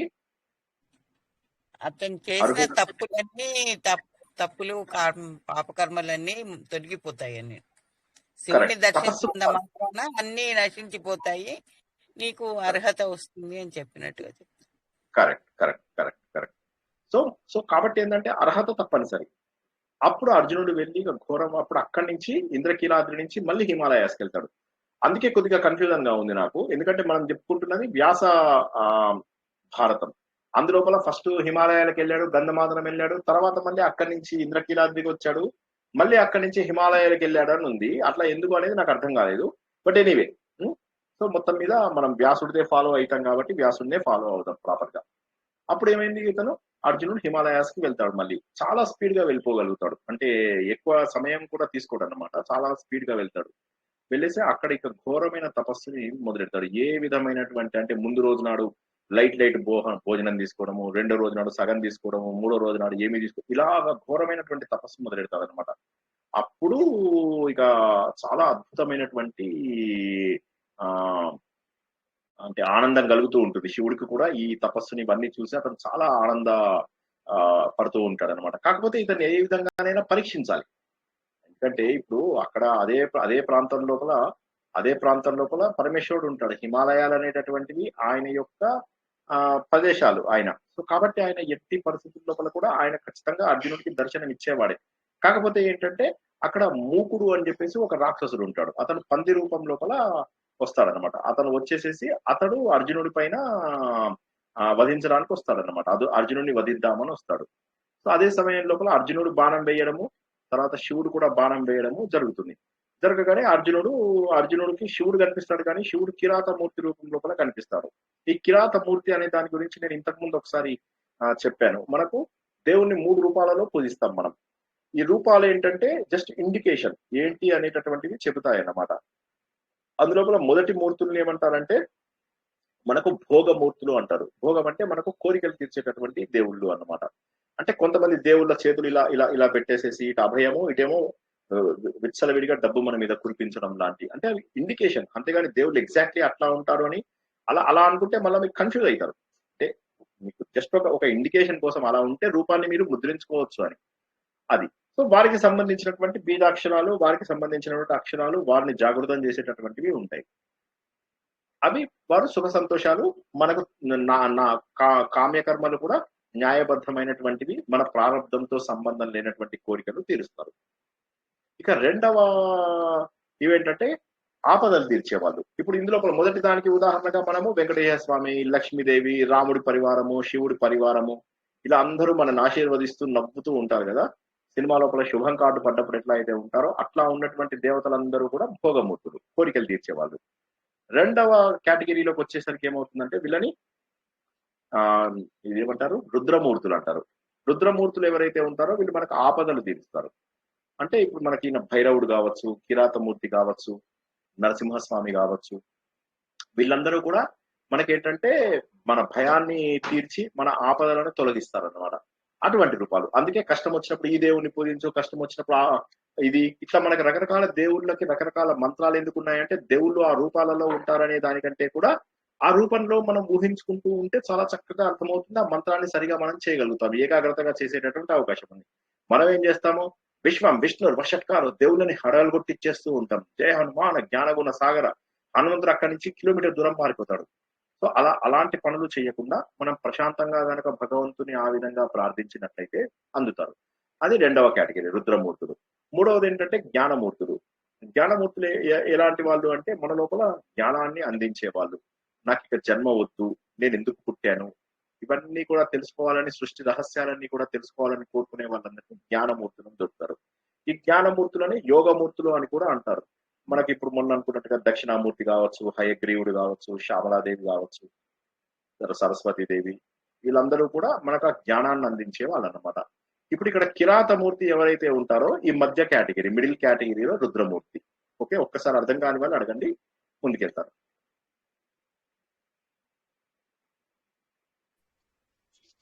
ఓకే, సో అప్పుడు మొత్తం మీద రుద్రమూర్తి రూపం లోపల ప్రత్యక్షం అవుతాడు.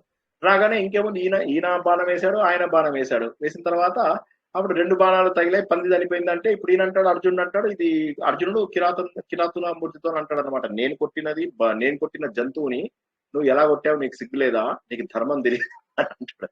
ఆయనకి శివుడు కూడా అంటాడు, ముందు నేను కొట్టాను కదా, అది పడిపోయింది, చనిపోయింది, అప్పుడు నువ్వు కొట్టావు, నీకు సిగ్గులేదా, నువ్వు కొట్టినట్టు కూడా చెప్పుకుంటున్నావు, నీకు సిగ్గులేదా అని ఇద్దరు ఇలా తిట్టు. అది ఉంది కదా, పాట ఉంది కదా, కొట్టి తినేనని అర్జునుడు పడగొట్టి తినేనని శివుడు అని ఒక పాట ఉంది కదా. అదే పాట మర్చిపోయా ఆ పాట ఒరిజినల్ లైన్ ఏంటి, కొట్టి తినేనని అర్జునుడు పడగొట్టి తినేనని శివుడు అని.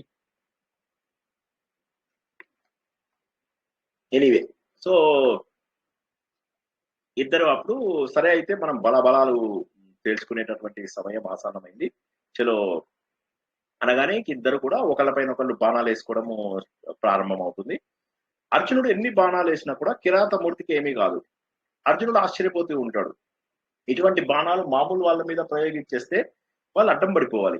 ఈయన ఎవరు కావాలి, ఇంద్రుడైనా అవ్వాలి, శివుడైనా అవ్వాలి, లేకపోతే ఇది సామాన్యుడి వల్ల ఇవన్నీ భరించేటటువంటి శక్తి ఉండేది అవకాశం లేదు అని చెప్పేసి ఆయనకి అనుమానం వస్తుంది. మళ్ళీ ఆయన వేసినటువంటి బాణాలు మాత్రం అర్జునుడిని చాలా బాధ పెడుతూ ఉంటాయి. ఇది ఎక్కడ గోల, నేను వేసినవేమో ఆయనకు దెబ్బ తగలవు, ఆయన వేసినవేమో నాకు ఘోరమైనటువంటి బాధను కలిగిస్తూ ఉన్నాయి ఇవి దివ్యాస్త్రాలు. సరే ఇంకా కూడా నేను ఇంకా కొన్ని దివ్యాస్త్రాలు ప్రయోగిద్దామని మళ్ళీ గాంధీవం తీస్తాడు. గాంధీవం ట్రిప్ అని మాయమైపోతుంది. మాయమై ఏమైందో అర్థం కాదు, ఇక ఏం చేయాలో తెలియదు. సరే ఇక చేతిలో ఆయుధం లేదు కాబట్టి ఎదురుగా కిరాతమూర్తి కూడా ముష్టి యుద్ధానికి దిగుతారు. ఇక ఒక్కొక్కళ్ళు కొట్టుకుంటూ ఉంటారు. మా ఫ్రెండ్స్ కి చెప్పేలాగా చెప్పమంటే చెప్తా. వీడు ముక్కు మీద గుద్దుతాడు, వాడి చేతిని ఇట్లా తీసేసి వాడి కడుపులో గుద్దుతాడు. అలా మొత్తం మీద బాగా గుద్దుకున్న తర్వాత అర్జునుడు పడిపోతాడు. అలా పడిపోగానే ఆ శివుడు దెబ్బలకి తట్టుకోలేక అర్జునుడు మూర్ఛ పడిపోతాడు. అప్పుడు పరమశివుడు ఆనంద స్వరూపుడు, మంగళ స్వరూపుడు అయినటువంటి ప్రశాంత రూపము ఈయన కళ్ళకు కనిపిస్తూ ఉంటుంది. ఈయన కళ్ళు తెరిచి చూసేసరికి మూర్ఛ పడిపోయినట్టుగా కూడా అనిపించదు. శరీరం మీద ఉన్నటువంటి గాయాలేవి కూడా బాధ పెడుతూ ఉండవు. ఆశ్చర్యపోతూ ఉంటాడు, ఏమిటి ఆయనను చూస్తూ ఉంటేనే, ఆయన ముఖంలో కరుణ చూస్తూ ఉంటేనే అయిపోయింది, తన కష్టాలన్నీ తొలగిపోయినట్టుగా ఉంది. మహానుభావుడైనటువంటి పరమశివుణ్ణి చూసి భక్తితో చేతులు జోడించేస్తాడు.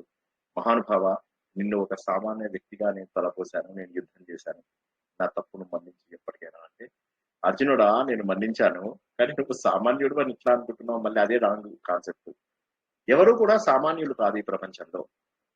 నువ్వు పూర్వజన్మలో నరుడవి, ఒక మహానుభావుడైనటువంటి ఋషివి, పరమేశ్వరుడి యొక్క అంశవి. కాబట్టి నువ్వు ఇంకా ఆలోచించవలసినటువంటిది ఏమీ లేదు. తీసుకో, నీ గాంధీవం నువ్వు తీసుకో. ఏమన్నా వరం ఉందా, నీకు ఏమన్నా వరం కోరుకుంటున్నావా, నా నుంచి ఏమన్నా ఆశిస్తున్నావా అంటాడు. అంటే నిజమే త్రయంబక అని చెప్పి మళ్ళీ త్రయంబకం యజామహే సుగంధిం పుష్టివర్ధనం పూర్వారుకం ఇవ బంధనాత్ మోక్షీయం అమృతాత్. అర్థం ఏంటండి? దోసకాయ రాలటానికి సిద్ధంగా ఉన్నట్టు మన మృత్యు కూడా వెనకాలే. మన మృత్యువు కూడా అలా చక్కగా ప్రశాంతంగా అవ్వాలి. అంటే మృత్యోర్మా అమృతంగమయ అంటారు కదా, దానికి సంబంధించింది ఆ త్రయంబకుణ్ణి అలా ఉండాలి అనేసి. సో ఇంకంటే ఇంకా ఆయన భగవంతుడిని చూశాక పూర్తి స్థాయి వైరాగ్యం వస్తుంది. కానీ ఇతడికి మళ్ళీ తన అంతలోకే తన డ్యూటీ జ్ఞాపకం వస్తుంది, తన బాధ్యతలన్నీ కూడా విస్మరించాడు. ద్రౌపది చెప్తుంది, నువ్వు ఎక్కడికి వెళ్ళినా సరే గుర్తుంచుకో, మేమందరం నీ కోసం ఎదురు చూస్తూ ఉంటామని. నీ వీర గాథలని మాట్లాడుకుంటూ నీ అన్నలందరూ కూడా సంతోషంగా ఉంటారు, కానీ నాకు జరిగినటువంటి పరాభవాన్ని తలుచుకుంటూ కుమిలిపోతాను అనగానే అప్పుడు ఆయన ఏం చేస్తాడంటే, ఈయన అడుగుతాడు, నాకు పాశుపతాస్త్రము ఇవ్వు అని చెప్పేసి అంటాడు అనమాట. అని నేను విన్నాను, బ్రహ్మశిరాస్త్రము పాశుపతాస్త్రము ఇవి చాలా మహా గొప్పవని చెప్పి తెలుసుకున్నాను. శత్రు సంహారానికి నాకు ఇవి తప్పనిసరిగా కావాల్సినటువంటివి అని అంటాడు అనమాట. అంటే ఆటం బాంబ్, హైడ్రోజన్ బాంబు అని మనం ఇందాక చెప్పుకున్నాం కదా, దాంతో సమానం అనమాట. అయితే ఇవేంటంటే ఈ అస్త్రాలు ప్రయోగిస్తే ఇంత 10-15 ఏళ్ల పాటు 20 ఏళ్ల పాటు అక్కడ ఏ రకమైనటువంటి పంటలు పండడము, తర్వాత సృష్టి జరగడము ఇటువంటివి ఏమి ఉండవు అన్నమాట. సరే, ఏదేమైనప్పటికీ కూడా ఆయన ఈ వార్నింగ్ ఇచ్చి మరీ చెప్తాడు ఆయన. ఈ మంత్రము దీనికి ఏ రకంగా మంత్ర రూపం అంటే మంత్రంతో, ధ్యాన రూపం లోపల జపం అంటే రిపిటేషన్ ని జపంగా, హోమం, అగ్ని ఉంటే దాన్ని హోమం అంటారు, అగ్ని రూపంగా. ఇవన్నీ పాశుపతాస్త్రాన్ని ఎలా పట్టుకోవాలి, ఎలా సంధానం చేయాలి, ఎలా వదలాలి, తర్వాత మళ్ళీ ఉపసంహారం ఎలా చేయాలి, ఈ మొత్తం అన్ని రకాల పద్ధతులని అర్జునుడికి చక్కగా ఉపదేశిస్తాడు అనమాట. కానీ ఎప్పటికీ గుర్తుంచుకో, దీన్ని అల్పుల పైన ప్రయోగించకు. ఈ దివ్యాస్త్ర ప్రభావం వల్ల నువ్వు అన్ని లోకాలను జయిస్తావు, కానీ ఎప్పుడు అల్పుల పైన వారిపైన నువ్వు ఇది చేయకు. చాలా పవర్ఫుల్ పీపుల్ ఉండాలి. అందుకే మీ అందరికీ నేను చాలా సార్లు చెప్పాను, అర్జునుడు అసలు యుద్ధం చేయకుండా ఇది పోయి కౌరవులందరినీ చంపాలి అని చెప్పేసి మళ్ళీ కాఫీ టీ తాగుతూ కానీ అర్జునుడిని ఆ పని చేయనియడు శ్రీకృష్ణ భగవానుడు ఎప్పుడు కూడా. మరి నేనేం చెప్పాలంటే, ఎందుకంటే ఆ యుద్ధంలో అంతమంది చనిపోవాల్సినటువంటిది ఉంది. అదే మనము సంపూర్ణ మహాభారతంలో ఆది పర్వంలో తెలుసుకున్నాం. భూదేవి వచ్చి ఈ భూమి పైన భారాన్ని తగ్గించాలి అని చెప్పేసి కోరుకుంటుంది. ఆ కోరికకు అనుగుణంగా భగవంతుడు రాక్షసులు దేవతలు అందరినీ రంగంలోకి దింపి వాళ్ళందరి ద్వారా ఉన్న మొత్తం భూమి పైన ఉన్నటువంటి జనాన్ని తొలగించేయడం అనేది జరుగుతుంది అన్నమాట. సో అటువంటి మహోన్నతమైనటువంటి అస్త్రాన్ని చూడగానే ఈయన అసలు అప్పటికే భగవంతుడు చూసినటువంటి అర్జునుడు అలా కళ్ళు చెమరుస్తూ ఉంటాయి, ఏడుస్తూ ఉంటాడు, చాలా సంతోషంతో బాధపడుతూ ఉంటాడు. ఇక ఎంత ఆనందమో అసలు ఈయనకు అప్పటికే శరీరం కాంతివంతంగా ఉంటుంది. భగవంతుడిని చూసిన తర్వాత తేజస్సు, అర్జునుడి లోపల ఒక రకమైనటువంటి తేజస్సు కూడా కనిపిస్తూ ఉంటుంది. అనురాధ గారు వీడియో పెట్టుకున్నట్టున్నారని ఒకసారి మ్యూట్ పెట్టుకుని వీడియో ఆఫ్ చేయండి, షేర్ కూడా చేయకండి. అనురాధ వారణాసి గారు మ్యూట్ పెట్టుకుని మీరు వీడియో ఆఫ్ చేసేసేయండి, మ్యూట్ పెట్టుకోండి, మ్యూట్ పెట్టుకుని వీడియో ఆఫ్ చేసి షేరింగ్ ఆపేసేయండి.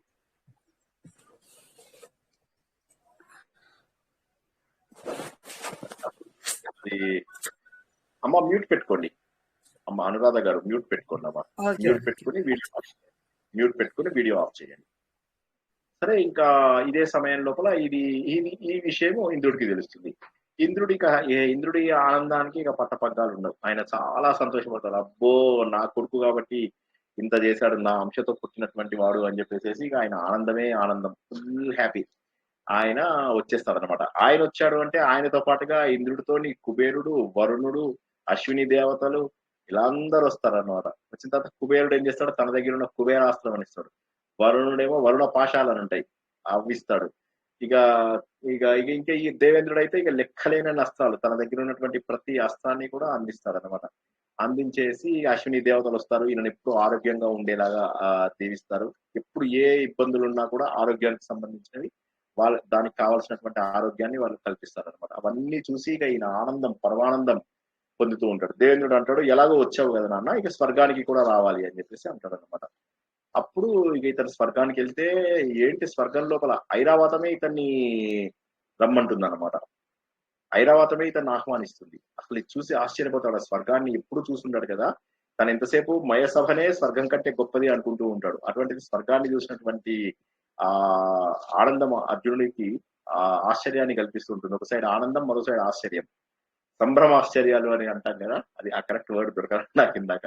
అది చూస్తూ ఉంటాడు. ఒక్కసారి ఊహించుకోండి అందరూ కూడా, సూర్యుడు ఉన్నకల్లా చంద్రుడు ఉండక్కల్లా స్వయం ప్రకాశంతో మెరుస్తుంది ఆ అమరావతి నగరం. అక్కడికి వెళ్ళిపోయారు అర్జునుడు, సంతోషంగా చూస్తున్నాడు అనమాట. పురద్వారం మెయిన్ ఎంట్రన్స్ ఏదైతే ఉంటుందో ఆ ద్వారం దగ్గరే ఐరావతం అతనికి స్వాగతం పలుకుతుంది. అతని మీద పుష్పాలు. అర్జునుడు వెళ్ళి దేవేంద్రుడికి పాదాభివందనం చేస్తాడు.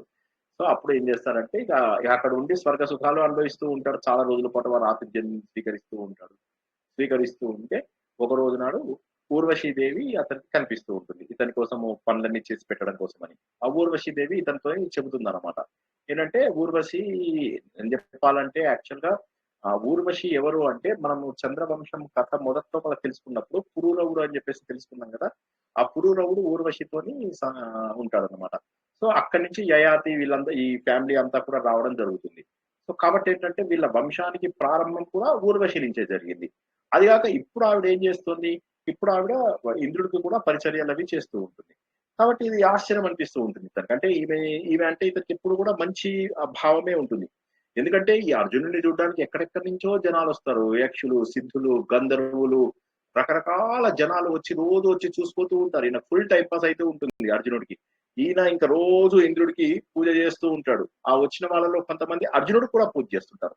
ఇంకా చెప్పాలంటే అర్జునుడిని ఒక్కొక్కసారి ఇంద్రుడు తన సింహాసనం మీద కూడా కూర్చోబెట్టుకుంటూ ఉంటాడు ఆనందంతో. సో మళ్ళీ పూజలు ఇవి అన్ని అయిపోయిన తర్వాత మళ్ళీ వెళ్ళి అక్కడ అమరావతి లోపల వింతలన్నీ చూస్తూ ఉంటాడు. కామధేను అంటే ఏంటి, పారిజాత వృక్షము. ఈ పారిజాత వృక్షం కోసమే కదా శ్రీకృష్ణుడి భార్యలకు గొడవ జరిగింది అని చెప్పేసి విన్నాం కదా, సినిమాలు కూడా వచ్చాయి కదా, ఆ కథలు అన్నమాట. అక్కడికి వెళ్తూ అలా మందాకిని తటాకం అక్కడ కూడా చూస్తారు. ఈ మందాకిని అనేది ఒక మాట, ఈ మందాకిని అనేది ముందు గంగా నది అనమాట. అక్కడ గంగా నదిని అక్కడ మందాకిని అని చెప్పి పిలుస్తారు. మన దగ్గర ఉన్న మందాకిని అది ఓకే, కానీ గంగని యాక్చువల్గా అక్కడ మందాకిని అని చెప్పేసి పిలుస్తారు. సరే ఆ మందాకిని ప్రాంతానికి కూడా వెళ్తాడు. అక్కడికి అసలు అద్భుతమైనటువంటి వాసనలు, ఆ చెట్టు చేమలవి చూస్తుంటే ఆశ్చర్యపోతూ ఉంటాడు అనమాట. సరే ఊర్వశి కూడా ఇతని సేవ కోసం నియోగింపబడింది. ఆవిడ కూడా కనిపిస్తుంది. ఆమె ఇతని అందాన్ని చూసి ఆమె అంటుంది అనమాట, మహావీరుడు నువ్వు అని చెప్పేసి ఇతన్ని చాలా పొగుడుతూ ఉంటుంది. పొగిడి తను కావాల్సిన కోరికను తెలియజేస్తుంది. ఇతను అంటాడు, నువ్వు మా తల్లికి సమానము, మా వంశానికి కూడా ప్రారంభము అని చెప్పేసి అంటాడు. అంటే కాదు మూర్ఖుడా, నువ్వు అలా ఎలా మాట్లాడుతున్నావు, అది చాలా తప్పు. ఎందుకంటే ప్రతిరోజు ఆవిడ చేసే నాట్యం అవి అన్ని చూస్తూ ఉంటాడు కదా. సో ఇతను ఏంటంటే పుత్ర ప్రేమతో వచ్చింది అని చెప్పేసి అనుకుంటాడు. కానీ నేనేంటి నీ పొందు కోసం వస్తే ఇలా పలకడము ఏం న్యాయము, ఇది అయినా దేవత లోకంలో కూడా వాయు వరుసలు అవి ఇవి ఉండేటటువంటివి ఉండవు, ఇది ధర్మం కాదు అని, ధర్మమే మాకు ధర్మమే అంటే ఇదంతా ధర్మం కాదు, విచ్చలవిడి శృంగారం అనేటటువంటిది దోషము అని చెప్పేసి చెప్తాడు. ఎంతో చెప్తాడు. ఆమెకి కోపం వస్తూ ఉంటుంది. నేను వచ్చిన పని నాకు జరగకుండా వెళ్తుంది కాబట్టి నువ్వు భూలోకం లోపల నపుంసకుడు లాగా పుట్టి ఆడవాళ్ళ మధ్య లోపల సంచరిస్తావు పో అని చెప్పేసి శాపం ఇచ్చేసి వెళ్ళిపోతుంది. ఒక్కసారిగా షాక్ అయిపోతాడు ఇతను అర్జునుడు. అలా ఉండిపోతాడు. ఏం చేయాలో అర్థం కాదు, బాధగా ఉండిపోతాడు. ఇంతలోకే ఇంద్రుడికి తెలుస్తుంది శాపం పెట్టిన విషయం. వచ్చేసి చెప్తాడు అనమాట, ఎందుకయ్యా అర్జున బాధపడుతున్నావు, నువ్వు ఇంత ధైర్యవంతుడవి, నీకున్న ఆయుధాలు అవి ఇవి ఇవన్నీ కూడా వీటితోటి నువ్వు విజయాన్ని సాధిస్తావు. అయితే ఒకటి, నువ్వు ఇప్పుడు చేసినటువంటిది జితేంద్రియులకు ఉన్నటువంటి లక్షణం. ఇంద్రియాలను నువ్వు జయించడం అనేది మాటలు కాదు.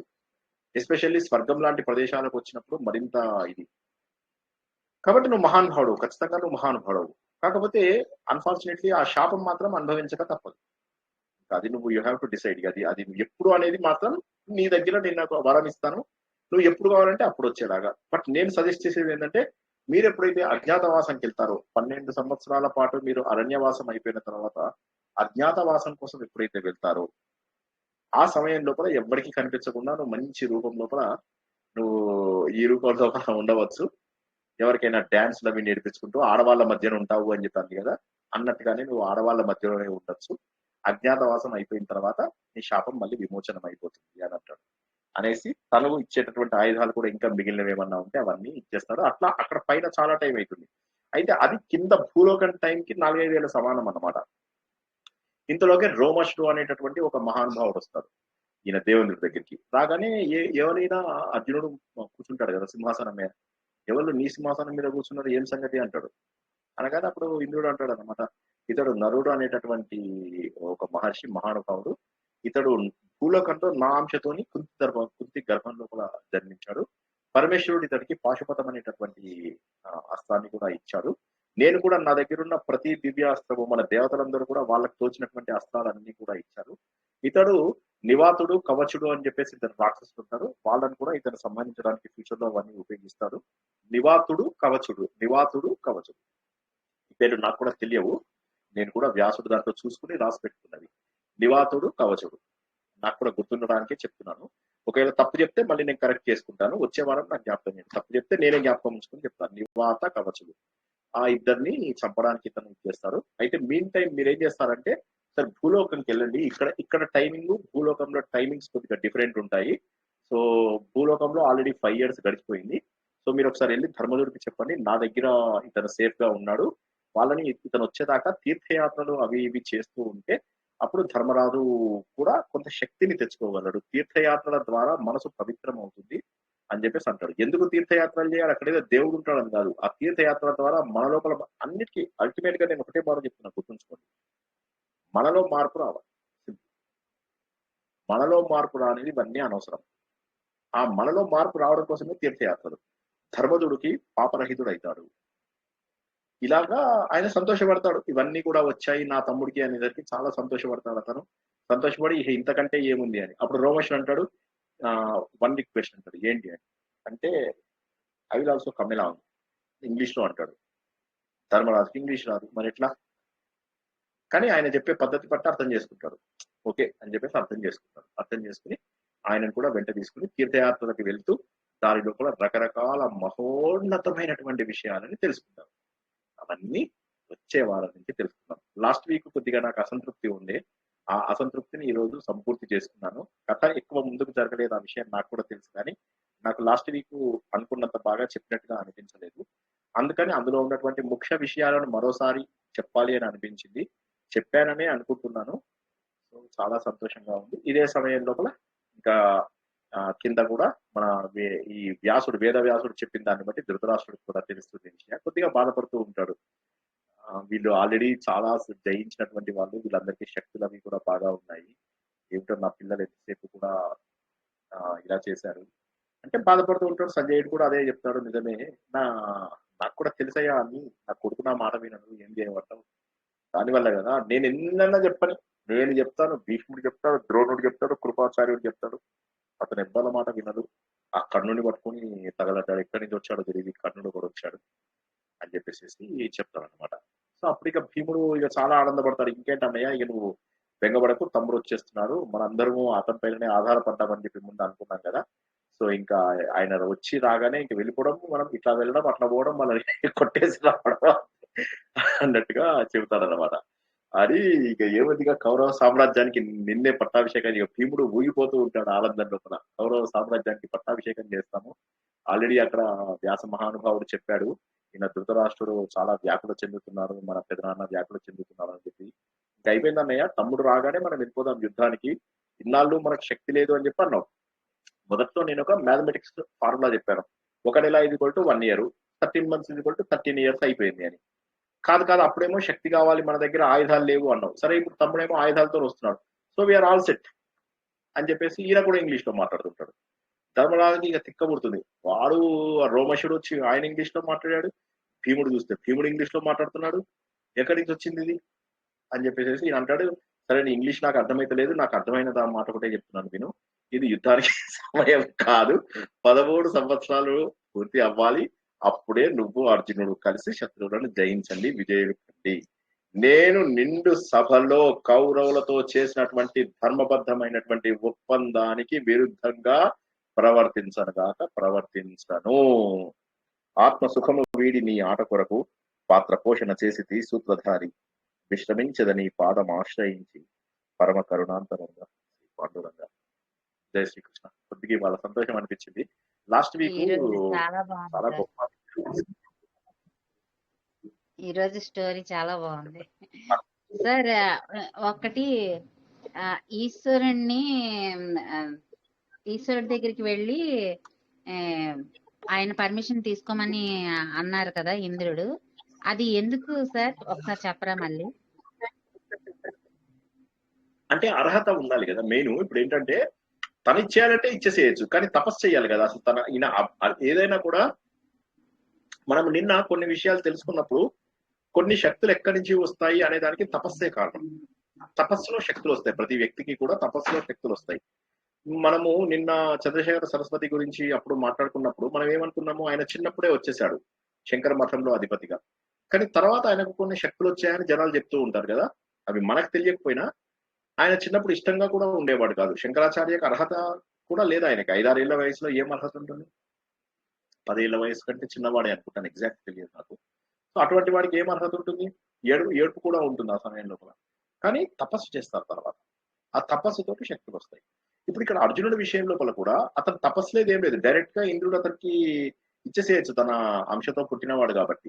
కాకపోతే ఏంటంటే ఎన్నో అస్త్రాలు, మహోన్నతమైనటువంటి అస్త్రాలు, ప్రతి అస్త్రానికి కూడా ఒక అర్హత ఉంటుంది. ఇప్పుడు ఒక జాబ్ చేయాలంటే ఒక అర్హత ఉంటుంది కదా. అదే విధంగా ఈ అస్త్రాలన్నీ పొందడానికి కూడా ఒక అర్హత ఉంటుంది. ఈ అస్త్రాలు అంటే ప్రపంచం మొత్తాన్ని కూడా లయం చేసేటటువంటి అస్త్రాలు ఇవి. లయకారుడు ఎవరు? పరమేశ్వరుడు. ఆయన పర్మిషన్ లేదే ఈ అస్త్రాలన్నీ ఇవ్వడానికి వీల్లేదు. ఒకసారి ఆయన చూసిరా అంతే అంటాడు. అసలు పాశుపతాస్త్రం అడగవని కూడా చెప్పడు. ఆయనను ఒకసారి దర్శనం చేసుకొని నా దగ్గర రా అంటాడు అంతే. అప్పుడు ఈయన తపస్సు చేస్తాడు. తపస్సు చేయడం వల్ల అర్జునుడి లోపల చాలా శక్తులు వస్తాయి. ఆ శక్తికి ఈశ్వరుడు మురిసిపోతాడు. చూడ్డానికి హిమాలయాల్లోనే తిరుగుతూ ఏదో ఒక వంకతో వద్దాం అనుకుంటారు. లక్కీగా మూకాసురుడు అనేటటువంటి ఆ పంది రూపంలో ఒక అతను అర్జునుడిని చంపడానికి రావడము, ఆ విధంగా దర్శనం జరగడము తెలుసుకున్నాం. సో అర్హత కోసం మెయిన్ ఎలిజిబిలిటీ అంటారు కదా, ఆ ఎలిజిబిలిటీ రావాలి. అర్జునుడికి అప్పటి వరకు ఎలిజిబిలిటీ లేదు కదా. ఓకే, మామూలు శస్త్రాలు తీసుకోవచ్చు, కానీ అస్త్రాలు రావడానికి కావాల్సినటువంటి ఎలిజిబిలిటీ కోసం అని చెప్పి ఊరికే చూసుకోండి చాలు, తపస్సు చేసి ఆయనను చూసేసి నా దగ్గర రా అంటాడు అంతే. జై శ్రీ శ్రీకృష్ణ. గురుగారు చిన్న అనౌన్స్మెంట్ అండి. గురుగారు ఇందాక సంస్కృతం లెవెల్లో క్లాస్ జరుగుతుంది ఇక్కడ, అది అక్కడ వాళ్ళు అక్కడ ఆఫ్ చేయడం మర్చిపోయారు. అయ్యో చేసేయండి, ఎవరైనా ఒకళ్ళు చేసేసేయండి. అది చాలా సేపు ఉంచితే కూడా అంటే ఏమీ కాదు, కానీ బట్ వీలైనంత వరకు ఎవరైనా వీలైనంత అదే సంస్కృతం లెవెల్లో క్లాస్ జరుగుతుంది, అది ఆఫ్ చేయడం మర్చిపోయారు. వాళ్ళ కన్సర్న్ చేసేసారు, ఆపేయడం మంచిది. అది కరెక్ట్ కరెక్ట్.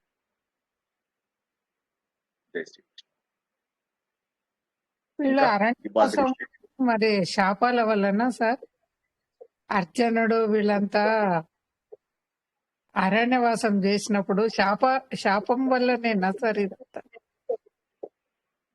అంటే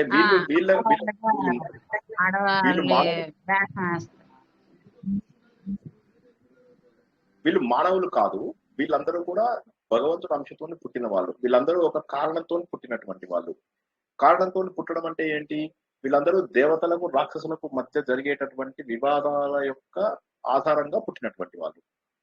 సో వీళ్ళది ప్రారంభ జన్మ కాదు, వీరిది ప్రారంభ జన్మ కాదు. వీరందరినీ కూడా అంతకుముందు జరిగినటువంటి జన్మలో దానికి అనుగుణంగా, ఇప్పుడు ఇంద్రుడి యొక్క 5 రూపాలలో వీళ్ళు, తర్వాత నెక్స్ట్ 5 భర్తలని పొందేటటువంటి వరం పొందినటువంటి ద్రౌపది, వరము పాపము శాపము ఏదన్నా ఆ విధంగా ఆవిడ అలా జన్మ ఒక కారణం. అదే విధంగా వీళ్ళు గంగ జన్మించడం కానీ, శంతనుడు జన్మించడం కానీ, వీళ్ళు మానవ రూపంలో జన్మించడానికి ఒక కారణం ఉంది. అది అయిపోగానే వాళ్ళు మళ్ళీ వెనక్కి వెళ్ళిపోతారు. ఇప్పుడు మనలాంటి వాళ్ళు అలా కాదు. మనమందరం ఏంటంటే కొన్ని కోట్ల జన్మలు ఎత్తుతూ, ఈ జన్మ పాపాలు ఇంకో జన్మ, ఇంకో జన్మ పాపాలు ఇంకో జన్మ, ఇలా ఎత్తుతూ ఏదో ఒక జన్మ లోపల మనం రియలైజ్ అవ్వాలి మన లోపల భగవంతుడు ఉన్నాడని. రియలైజ్ కాగానే ఎప్పుడైతే మనం గుర్తిస్తామో ఆ సత్యము, అప్పుడు మనం ఇంకా జన్మనెత్తాము. కానీ పంచపాండవుల విషయంలో వాళ్ళు ఆల్రెడీ దైవాంశ సంభూతుడు. వారు ఒక కారణంతో జన్మించారు. కారణ జన్మ, ప్రారబ్ధ జన్మ అని రెండు ఉంటాయి. వారిని కారణ జన్ములు అంటారు. ప్రారంభంతో జన్మించినప్పుడు కొన్ని కోట్ల జన్మలు ఎత్తి ఇప్పుడు మన లాంటివి. వీళ్ళకు కూడా పూర్వజన్మ దీని వల్లే వచ్చింది. కానీ ఇప్పుడు ఇందాక చెప్పినట్టుగా గంగకు, శంతనుడికి, వారందరివి కూడా అంతే కదా, ఏదో ఒక చిన్న కారణం వల్ల పుట్టారు, మళ్ళీ వెనక్కి వెళ్ళిపోతారు. జై శ్రీ. ఓకేనా? గంట సేపట్లో చక్కగా చెప్పుకున్నాము. ఇవాళ ఏమి అర్థం కాని విషయాలు ఏమి లేవు కదా? సంస్కృతం క్లాస్ క్లోజ్ చేశాను సార్. అందరికి అన్ని విషయాలు అర్థమైనాయి కదా ఇవాళ? బాగుంది సార్ ఈరోజు, చాలా బాగుంది. వండర్ఫుల్. మళ్ళీ రేపు రాత్రి ఛందస్సు చివరి భాగం ఉంది. రేపటితోటి ఛందస్సు పూర్తి చేసుకుంటాము. వచ్చే సండే నుంచి, రేపు కాకుండా వచ్చే సండే నుంచి మనం 28వ తారీఖు నుంచి మళ్ళీ మనము అలంకారాలు ప్రారంభించుకుంటాము. చాలా సరదాగా వెళ్ళిపోతూ ఉంటాయి అలంకారాలు. ఎంత అర్థమైతే అంతే. దీంట్లో ఏదో పెద్ద డీప్ గా తీసుకొని పెన్ను పేపర్ పెట్టుకొని రాసుకుంటే ఓకే, అర్థం కాకపోతే పైన పాయింట్ అర్థం చేసుకోవడానికి కనీసం ప్రయత్నం చేయండి, సరిపోతుంది. ఓకేనా? మీరు చెప్తే కళ్ళ కట్టినట్లు కనబడుతుంది, సినిమా చూసినట్లే అంతే. భీముడు అంటే భీముడు కనబడతాడు. మీరు చెప్పే విధానం బాగుంది, అది నేను చెప్పడం. మీరు ఫైనల్ యాక్టింగ్ చేసుకుంటూ చెప్పడం ఇంకా చాలా బాగుంది సార్. అది ఇంకా మీకు భీముడు సరిగ్గా ఇట్లా చెప్పలేదు, పెట్టిండు, అదే ఇట్లా పెట్టిండు అట్లా పెట్టిండు అని చాలా అది విన్నాక బాగుంటుంది సార్. మా ఫ్రెండ్స్ అది విన్న తర్వాత చాలా రోజుల తర్వాత వాళ్ళకు కూడా డౌట్ వచ్చింది. అన్నారు, సార్ ఒక మాట చెప్పండి, అంత బాగానే ఉంది, మీరు చాలా బాగా చెప్తున్నా కానీ వేదవ్యాసుడు ఇంత డీటెయిల్ గా రాసిండా, ఎక్కడ కొట్టిండో ఏంటో ఇవన్నీ ఎట్లా చెప్తున్నారు మీరు అని. నాకేం తెలుసు వేదవ్యాసుడు ఏం రాసిండో, నేను ఊరికే మీకు అర్థం కావాలని ఇట్లా చెప్తున్నాను. వాళ్ళు చాలా రోజులు పాపం అడగలేదు కూడా, ప్రశ్నలు కూడా ఎవరు అడగలేదు.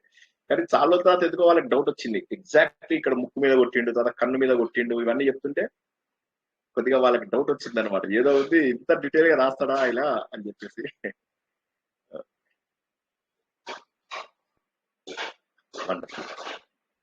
అందరూ కూడా మహాభారతం మరెక్కడో లేదని, మన హృదయంలోనే ఉందని, మన హృదయంలో ఉన్న కౌరవులని మనము వధించాలని, మనలో ఉన్నటువంటి దైవీ లక్షణాలను పెంపొందించుకోవడానికి, గతం చేసినటువంటి తప్పులు మళ్ళీ భవిష్యత్తులో పునరావృతం కాకుండా మనను మనము కాపాడుకుంటామని, అదే మహాభారత సందేశం అని తెలుసుకుంటూ ఈరోజు ప్రవచనాన్ని ఇక్కడికి ఊహించుకుందాం. అందరికీ శుభరాత్రి, శుభం భూయా. రేపు మళ్ళీ తప్పకుండా సాయంత్రము ఛందస్సు కార్యక్రమం లోపల ఛందస్సు చివరి భాగం.